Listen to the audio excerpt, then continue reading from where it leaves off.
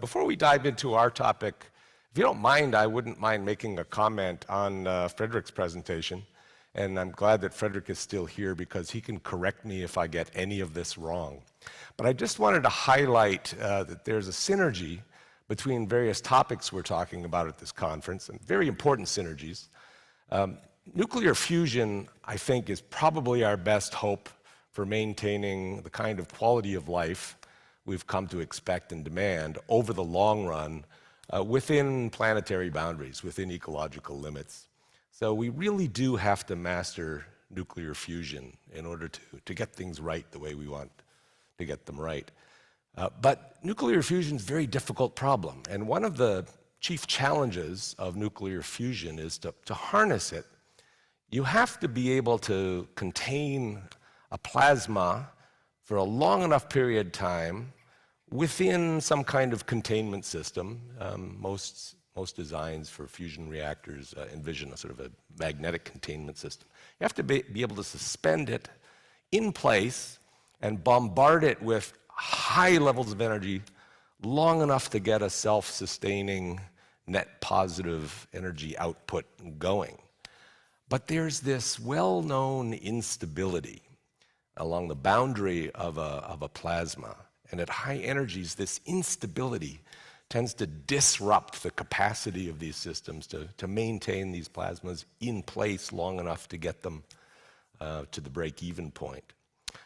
And this is where computing and AI may come in and may help.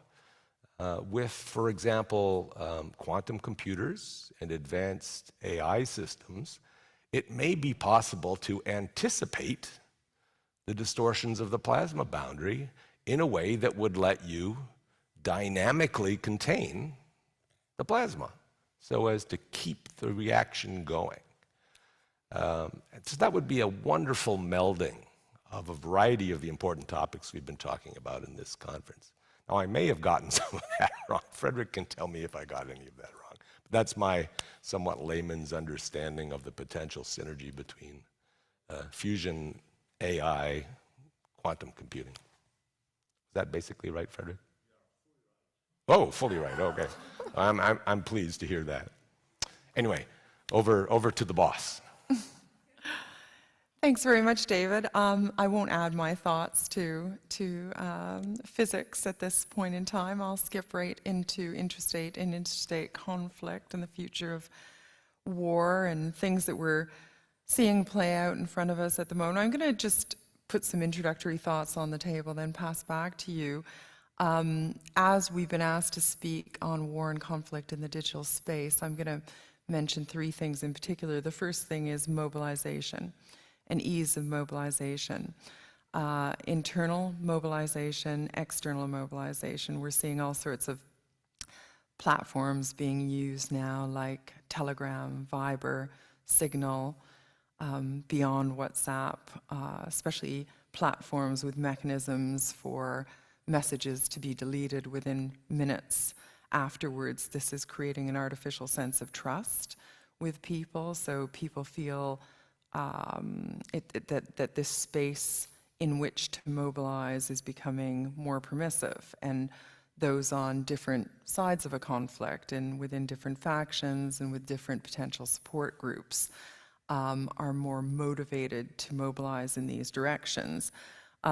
This mobilization plays out on the ground and across the globe, and that's something we are seeing enabled more by the digital space on the ground in a number of countries, and I can think of 3 conflict areas at the moment that I'm very familiar with that are pursuing forced recruitment programs on the ground using digital means, but also using threat and intimidation, and that's the next point I'm going to go to in a moment.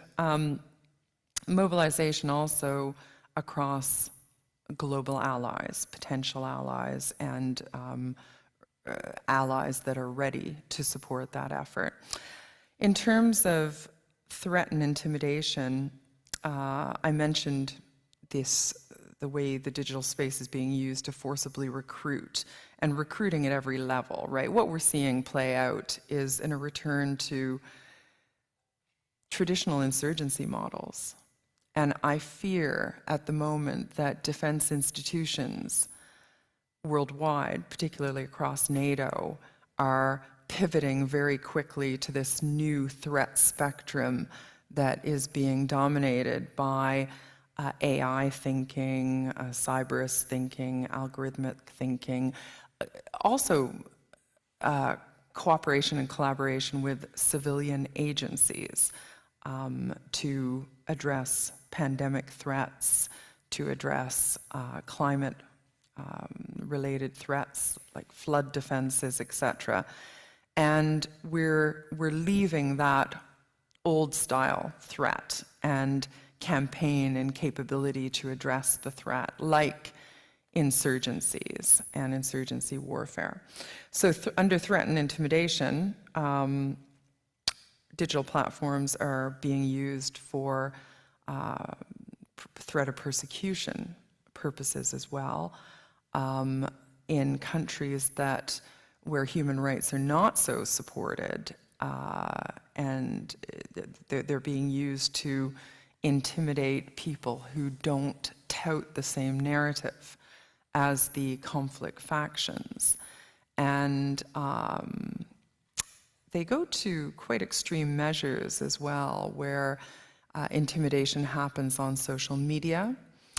Intimidation is directed towards employers of these individuals that don't carry the same narrative.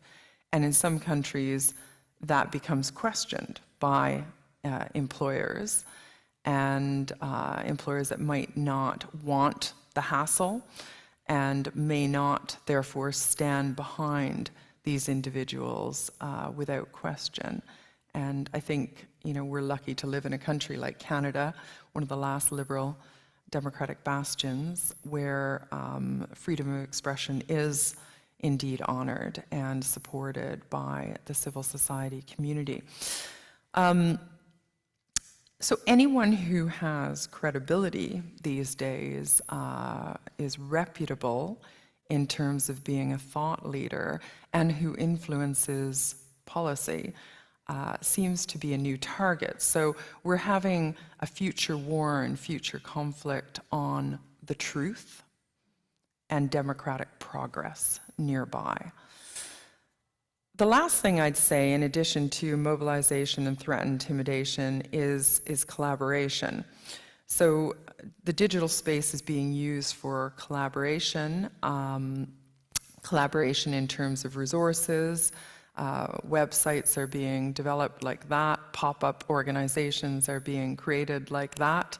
MPs are being written to. Other authorities are being written to on the back of these pop-up organizations. And so we're dealing with a lot of questionable authenticity behind and questionable degrees of legitimization behind much of what we are seeing. As a result, the non-state actors in the non-state space is benefiting from artificial legitimization. And we're seeing this especially with well-resourced, well-organized public relations campaigns and information campaigns. Information now is probably the most important national tool of government to combat war and conflict. So yes, in insurgency, if you remember, just take the General Mao's model, which has been used in many countries and is still being used as we speak. Ukraine, Russia, Horn of Africa, has three dimensions. The first dimension is the guerrilla fighters, those at the front end, using very traditional armaments, creating the damage and the violence. And the second block is what's called the auxiliary, and the role of the auxiliary is to keep the people on side. That's why insurgency warfare is known as the people's war. So keeping the people on side with the digital means has made these campaigns even more compelling and powerful. But on the ground, it plays out in the context of, just give us your humanitarian aid. We've almost taken Kiev. you'll be rewarded richly for your efforts, or we've almost taken Addis Ababa, you'll be rewarded richly for your efforts after we get into power. And then you have the third component, which is called the underground. And in the past, in campaigns like Malaya and Dhofar, the underground would be those who would study human behavior within potential ally groups and human behavior in terms of adversaries. So those who weren't touting the narrative and the propaganda, and these are propaganda-based conflicts and wars, would be addressed and intimidated and silenced, persecuted, and of course that's now in the context of digital intimidation and digital silencing. And those who could be allies and could be potential allies were brought into the mass effort and the mobilization. So not only are we seeing the renewed importance of insurgency, during a time when national defense policies are pivoting greatly in other directions, but during a time when the international community is really suffering, I think, from a slightly defunct international peace and security toolkit. We have measures that are used to express concern, express condemnation, express support.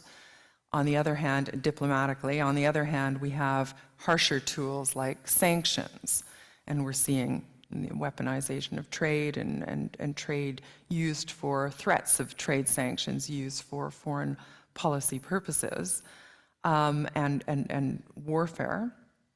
But we lack the middle ground, any tools to use for political reconciliation, political mediation, urging the parties that are warring to really make amends, urging, we stand behind democratic transitions, but there's always the victors and the vanquished in democratic transitions, and in very few places do we help support and identify ways to keep the vanquished involved and on side in some ways. In many cases, the vanquished retrench and come back to topple society in some ways later on. So I'll just leave on those thoughts, truth and progress being the main sources of threat, the old insurgency model resurging in its importance in the digital space, and both at the national level and the international level, questionable toolbox to respond to these sorts of threats. Over to you, David. Great, thanks, Anne. What I'd like to try to do is to complement what Anne had to say about the social and political impacts of data and digital technologies on conflict by talking a little bit more narrowly about the military impacts of data and digital technology, and especially as they affect interstate war. Now, part of the good news, a big piece of good news, is that interstate war is becoming very rare. It used to be very common. It used to be a traditional part of the statecraft toolkit, but fewer and fewer countries are actually embarking on interstate wars for a wide variety of reasons, and they don't really relate directly to data or digital technologies, so I won't get into them now, although I'm happy to talk about them later if people are interested. But data and digital technology have had a fundamental transformative effect on military operations and the likely outcomes of military encounters. They give, if you have an advantage in data and an advantage in digital technology and digital communications, that advantage is going to scale up many times into an advantage on the battlefield in terms of the performance of your military and the ability to exploit the weaknesses of an adversary's military. And we first saw this in a preliminary way in 1982 in the Falklands-Malvinas War, where against all common wisdom, the United Kingdom managed to retake the Falkland Islands from occupying Argentine forces even though they had a disadvantage in terms of number of troops on the ratio of 3 to 1. And the military wisdom is that if you want a successful offensive operation against well-prepared defenses, you should have an advantage of 3 to 1 in troops. So what made up the difference? Well, it was fundamentally British superiority in situational awareness of the battlefield, ability to coordinate their forces, ability to thwart Argentine sensing through electronic warfare capabilities and so on. Britain won that conflict largely on the basis of its advantages in data and digital technologies. Fast forward to 1991 and the first Persian Gulf War, by far the most lopsided interstate war in history. The United States suffered something like 100-odd casualties for every 1,000 Iraqi casualties. Important study by Stephen Biddle showed that it was really two factors that explained that huge lopsidedness. One was the difference in professionalism, so that doesn't, strictly speaking, have to do anything with data or digital communications technologies. But the other was American advantages in precisely those things. So battlefield awareness, ability to coordinate the movement of forces, ability to disrupt enemy communications, all of these proved to be incredibly valuable on the battlefield. So what are we seeing today in Ukraine, which is, again, an increasingly rare example of an interstate war? It's not a special military operation, it's an interstate war. It's also a war of aggression, but that's a separate topic. We're seeing Ukraine outperforming expectations massively, and we're seeing Russia underperforming expectations massively. And why is that? Again, it's the advantages that Ukraine has in data and digital technologies. Now, these aren't all Ukrainian advantages. Ukraine is getting an enormous amount of help from the United States, from the British, from other NATO countries, not help just in the form of advanced weapon systems that are themselves superior to the dated Russian weapon systems that they're up against. But the Americans in particular are feeding the Ukrainians incredibly detailed information about the battlefield. The Americans have huge advantages in satellite imaging, information processing, AI scrubbing of imagery in order to identify potential targets, identify command headquarters, identify ammunition depots, and so on. And the United States is feeding this information to the Ukrainian military all the time. Every single dramatic, successful Ukrainian military operation that we've witnessed has been on the basis of largely American-supplied information. So, of course, it's a huge equilibrating force. Russia has massive advantages in terms of number of troops, number of weapons, and so forth and so on. Ukraine is holding its own and now potentially turning the tide of battle because of its advantages in data and digital communications technologies. There's almost certainly, I would guess, some interesting sideshows that we don't know much about. I'm sure you've all been following the news, and Vladimir Putin is in a bit of a fix. His special military operation is not going well. He's under pressure from the hawks in Russia to escalate the conflict, and he's under pressure from people on the other side of the spectrum now to stop the war. And I don't know how this will pan out for Putin himself personally, but among the things he's done is he's gone back to vague nuclear threats. And the idea here clearly is to intimidate Western countries to try to get them not to support Ukraine militarily as they have been doing to this point. I would bet a lot of money, and I have no information, so this is not something you can take to the bank or quote reliably. I have a lot of money that the United States is sending signals to the Russians behind the scenes now saying, if you use unconventional weapons of any type, we will take down your grid. We will take down your infrastructures. We will paralyze your country. And the United States cyber warfare capabilities are second to none. the United States has actually demonstrated that it has the capacity to take down Russia's grid. There was a public admission of that capacity a couple of years ago. Would that be sufficient to deter Putin from using unconventional weapons? I don't know. But if I were Putin and I were in the pickle he's in now, I don't think I'd want to actually go down that route. What does this imply for other future interstate conflict? I personally think the most dangerous place in the world right now is the Strait of Taiwan. From the Chinese government's perspective, of course, a military operation against Taiwan would not be interstate conflict. It would be a military resolution of a civil war.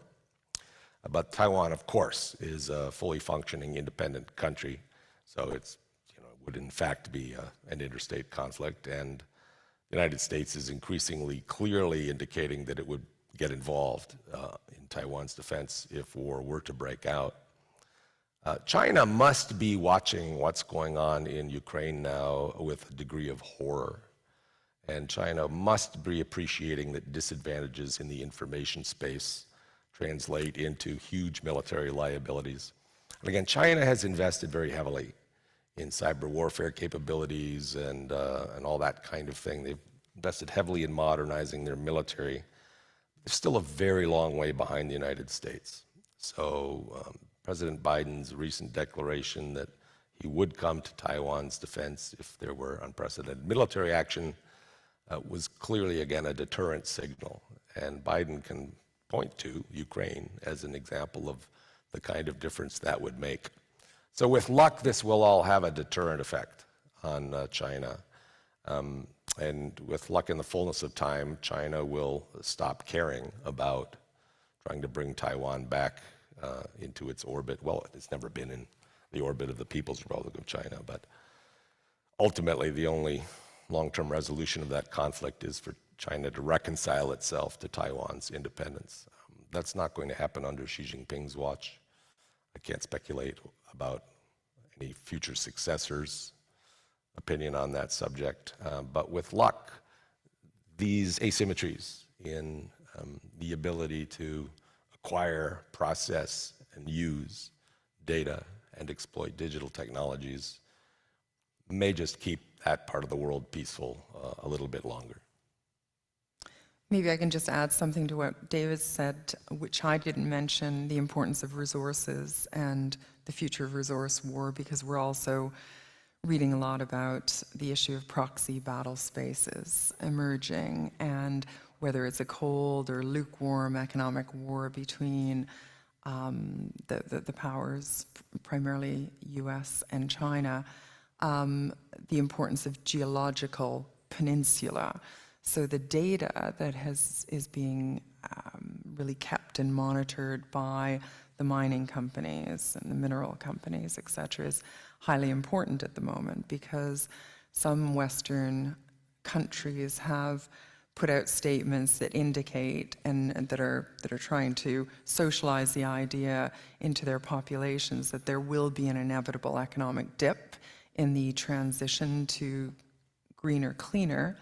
Other countries, the United States included in my view, cannot really afford an economic dip because society is quite divided at the moment. Of course, there's midterm elections coming up in many states, and there is a new national security direction which says that national security is indistinguishable from economic security. So there's this drive to go through without any dips, and that will involve a race to access green minerals and metals from different parts of the world. That has implications for maritime corridors, because they are required to bring the minerals and metals back. This has implications for pretty aggressive foreign policies playing out in different parts of the world, and foreign policies that may or may not locate secondary industry and healthy economic partnerships in different supply chain areas. There's a race towards resources, a race towards supply chain development and ownership of that supply chain there's a pool of thinking that feels that China's slightly ahead because of the Belt and Road structure that has been laid out already, but that's got vulnerabilities as well. It's predicated on a very well, questionable in terms of sustainability financial model, and whereas we're seeing a lack of secondary industry being left by some global players that are racing towards that supply chain, we're seeing a lack of, we're seeing a lot of capital flight being pursued by China in areas where it's investing in at the moment. But what we are also seeing is a deep footprint in many different countries, and certainly in countries that I work in across the developing world, we're seeing cultural traditions starting to embrace the Chinese much more than ever in the past. We're seeing China have more of a political voice in national decision-making, including national security decision-making. So I think it's important to acknowledge the importance of resources here, not just minerals and metals, but water as well. David, should we throw the floor open for questions? Sure, let's do that. Or? If anyone has any questions, do our best to field them. Okay, great question. Can the United States fight wars without putting soldiers, without putting boots on the ground anywhere, because there are better options now than actual deployment of forces? That may be possible under certain circumstances. You could actually imagine a war conducted almost entirely in the cyber domain. How much we would know about it would be an open question. But Ukraine, the Russian invasion of Ukraine illustrates that the United States can actually accomplish an awful lot militarily without having to use its own forces, just by supporting Ukraine's. So my guess is that most of the time, if you're actually going to have an interstate war, you're going to have soldiers involved, like human beings. But you will need fewer of them, the more the advantages you've got in terms of the technology and the situational awareness. I think it's a case of how will that threat be demonstrated. You know, if we go back to the former Yugoslavia in 1995, many of you remember that there was a real turning point in the conflict when the commander of the British forces brought about a demonstration of air power in view of the adversary. And that made the conflict take a real turn. And all of a sudden, the Chapter 6 peace operations on the ground gained traction. The Dayton Peace Agreement came about. How do you demonstrate cyber capability without taking down grids and blackouts? And then you lose the people, right? Because the positive cyber usage and virtual usage is bringing great benefits to the people. And this is where a conflict can tip in one way or another. The West can lose people. And in fact, we're seeing a lot of anti-Western and anti-American sentiment in different parts of the world because of that side of the response. Mm-hmm. And again, insurgency, a war amongst the people. Mikhail. Yeah, Michael's referring to a very interesting discussion we had, I guess, at the first N100 meeting in Prague a few years ago about the future of war. And he's asking me to reflect on what we got wrong back then. And I'm trying to remember what we said, but I think actually we didn't get anything significant wrong at that time, because the main trends, at least for the short, medium term, were beginning to look fairly clear. Militaries do a lot of futurology, and they spend a lot of time and money trying to think ahead. And the trends I've been talking about, the asymmetries, the advantages of information advantage, those were pretty clear. I think they're increasingly clear now. But with luck, I hope they're increasingly irrelevant. I really do think that interstate war is becoming rare for a good reason, and the good reason is it just doesn't pay off. It's not worth it. cost is enormous and the benefits negligible for all kinds of reasons. And I think actually the Russian invasion of Ukraine is going to reinforce that message. Like if Putin knew today what he knows, if he knew in February what he knows now, would he have authorized this invasion? I don't think so. I think clearly he would not have done that. If the United States had known what would happen in Iraq before it made the decision in 2003 to knock off Saddam Hussein, would it have done it? I don't think so. And there's good reasons why leaders should not expect for these kinds of actions to pay off. These reasons include the fact that if you're going to get involved in a war with somebody who hates you, you're going to be dealing with insurgencies, and the insurgencies are going to be making your lives miserable. And the fact is that people just don't tolerate occupation anymore. This is not the 17th or 18th century, where people were more or less indifferent to having, colonial administrators come and co-opt their local elites and pretend that their territory was, imperial territory. Just didn't affect people's lives a lot of the time.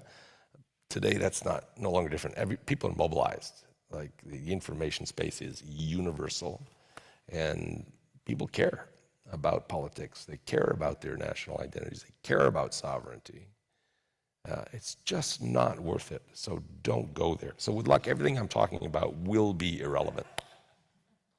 Yeah, I would agree with David's comments. I would also say that though there is more incidents of domestic insurrections and violence, democratic transitions are never in the interest of parties that they think they might have a grab for power in the imminent future, even the longer term future. I mean, it sets a different standard. It changes the way the economy is run. It ends rent seeking. It's a big threat to different groups. Looking back, I think maybe what we perhaps have underestimated, and this comes back to a common theme throughout this symposium, which relates to ethical standards, the way the media operates, because the media has helped perpetuate conflict in some cases, conflict at the domestic level over the last 5 to 10 years. Media now they're profit-making organizations. Their profits go up based on click counts. So there is more of a tendency to err towards sensationalism than good investigative media. There's also a rush, an urgency, not just with media, but all sort of commentary on different incidents of conflict and war. So there are implications for civil society that we haven't seen in the past because of this digital space. So one implication is my own observation that peer review is not as important in conflict and war times, because civil society, because of reasons I said earlier on, collaboration and mobilization, there are other groups in society, including civil society groups, that feel that they're part of that war effort as well, especially with international diaspora groups being galvanized for support. One thing that we're seeing, and I've spoken to my counterparts in different Canadian and American universities, are groups that are related to insurrectionist activities that are approaching universities or academics in universities who, for instance, study some element of war or conflict, and they see an opportunity to hold a webinar, for instance, with that university, which is a legitimate, reputable organization. Bot traffic fills up the registration, so you have the group that approach the academic really dominating the narrative. And then a report is churned out at the end, and then the university puts its stamp on. Legitimizes the narrative, legitimizes the argument, further emboldens the insurgency. And so relating back to something I said earlier about, we're actually not just emboldening, but in some cases giving a sense of false equivalency or legitimization to non-state actors in a way we didn't before. And the media and civil society are playing more of a role. So I think there's implications for ethics and standards to be revisited. Just wanted to add that even though interstate war is in decline, intrastate conflict is on the rise, and everything Anne has said is terribly important. I'm trying to understand the causes and the dynamics of intrastate conflict. China and Russia have clearly appreciated the importance of trying to manage the domestic information space. And China has done this for years, invested massively in it, and is pretty good at it. The Chinese government does manage to keep a lid on any discussion of anything that they think could pose a threat to their rule and to internal stability. There was a very interesting story just today in the New York Times about Russia's embrace of the same kind of attempt to control the domestic information space over just the last few years, and how this has actually been surprisingly effective in keeping a lid on opposition to Putin's invasion of Ukraine. Obviously, there are cracks in the Russian case. There's the occasional crack in the Chinese case, but to the extent that countries are able to do this, you get these incommensurable worldviews proliferating. And how are you going to solve a conflict between the United States and China, or between Russia and Ukraine, if people in those countries don't think they're seeing the same reality? It makes conflict resolution all the more difficult. So I don't want to be just too optimistic. I'm optimistic about the decline of interstate war, but I'm really not optimistic about some of these other dynamics. Yeah, the question is, do fissures in American society undermine American advantages in the military realm? And absolutely. In fact, United States military advantages were effectively canceled for 4 years while Donald Trump was president, because he was just not willing to follow any reasonable foreign policy script. He was rambling, incoherent, oscillated between extremes, didn't understand international politics, didn't understand the role of the military in international affairs, and effectively the United States disappeared from the world in a significant way for a surprisingly long period of time. Big sigh of relief, of course, when Joe Biden's reelected, but those divisions in American society remain. And so what happens next time around? If you get somebody who knows how the world works, it'll probably be fine, but somebody like Donald Trump would, once again, the United States would probably be taken out of the geopolitical equation to a first approximation. Yeah, no, the comment is that American internal fissures are effectively hastening the decline of the United States. Yeah, I wouldn't disagree with you either. I think that Biden's actually not running the foreign policy show. I think we've got advisors from the Obama era that are back. Gail Smith, Susan Rice, others, depending on the region involved. I think that if you were taking a SWOT analysis, if you were the Biden administration coming into office and thinking, okay, because strengths you want to bolster, you want to keep those strong, and the one strength in the file that came to Biden, I would argue, was the Middle East peace process, which gave people like Jared Kushner a lot of credit for.